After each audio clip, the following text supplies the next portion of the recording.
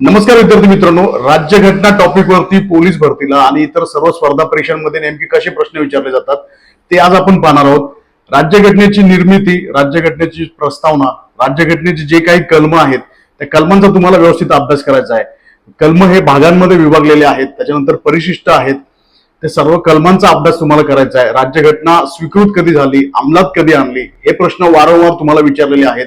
त्यानंतर जे काही पद आहेत त्या पदांचा राजीनामा कोणाकडे दिला जातो, त्यांना शपथ कोणाकडे दिली जाते, कोणाकडून दिली जाते, त्याच्यानंतर त्यांची वयोमर्यादा किती असते, लोकसभा, राज्यसभा, विधानसभा, विधान परिषद यांची सदस्य संख्या किती आहे, राष्ट्रपतीची निवड कशी केली जाते, कोणामार्फत केली जाते, राष्ट्रपतीचं कलम कोणतं, राज्यपाल, मुख्यमंत्री यांसारखे महत्वाचे जे टॉपिक आहेत या सर्व टॉपिक वरती तुम्हाला प्रश्न विचारले जातात राज्यघटनेवरती. आता मी तुम्हाला लाईव्ह दाखवणार आहे की नेमके कसे प्रश्न विचारले जातात आणि ते रिपीट कसे होतात. आपण आता पुस्तकामध्ये जाऊन पाहूया नेमकं की हे प्रश्न कसे रिपीट झालेले आहेत आणि हे प्रश्न तुम्ही व्यवस्थित बघून घ्या.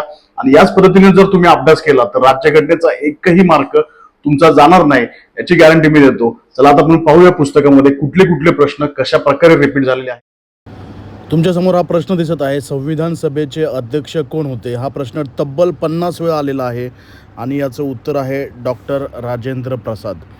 50 वेळा आलेला प्रश्न. आता खाली बघा, भारताचे संविधान खालीलपैकी कोणत्या दिवशी स्वीकारले गेले. हा प्रश्न 20 पेक्षा जास्त वेळ आलेला आहे. याचं उत्तर आहे 26 नोव्हेंबर 1949. लक्षात ठेवा, स्वीकार केलेला आहे 26 नोव्हेंबर 1949ला.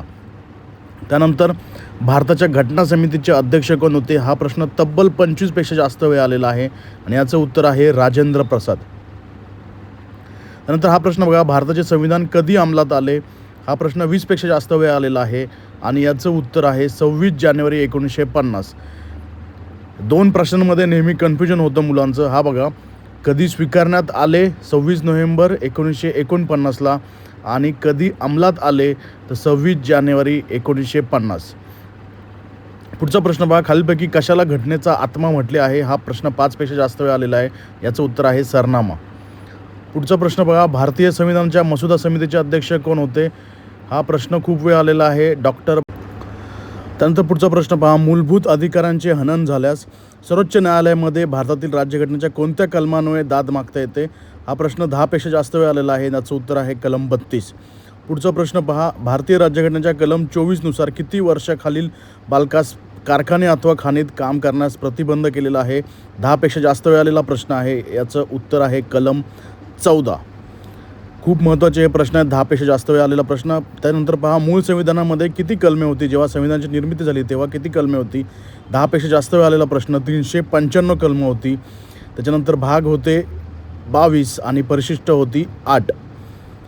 त्याच्यानंतर हा प्रश्न पहा, भारत सरकारचा सर्वोच्च विधी अधिकारी खालीलपैकी कोण असतो. 10 पेक्षा जास्त वेळ आलेला प्रश्न आणि याचं उत्तर आहे महान्यायवादी. 10 पेक्षा जास्त वेळ आलेला हा प्रश्न आहे. त्यानंतर भारताचा प्रथम नागरिक कोण असतो. 10 पेक्षा जास्त वेळ आलेला प्रश्न. राष्ट्रपती असतो प्रथम नागरिक. राज्याचे प्रथम नागरिक असतात राज्यपाल आणि देशाचा असतो राष्ट्रपती.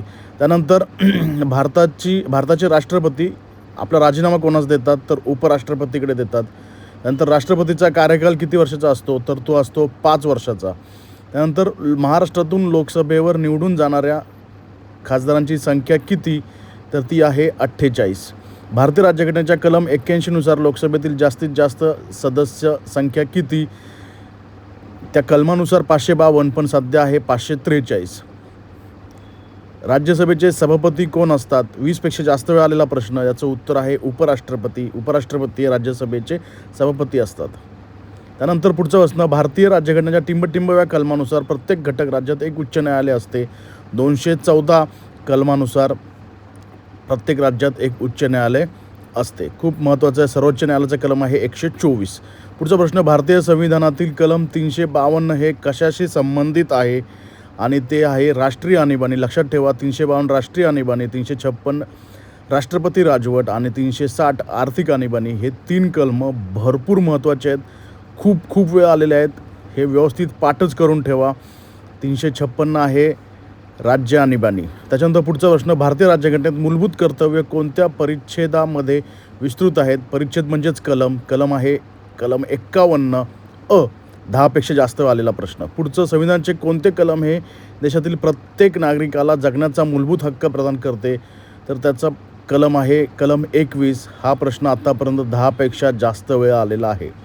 तुम्हाला जर हा व्हिडिओ आवडला असेल तर आपल्याला नक्की सबस्क्राईब करून ठेवा, लाईक करा आणि कमेंट करा आणि जास्तीत जास्त शेअर करा. धन्यवाद.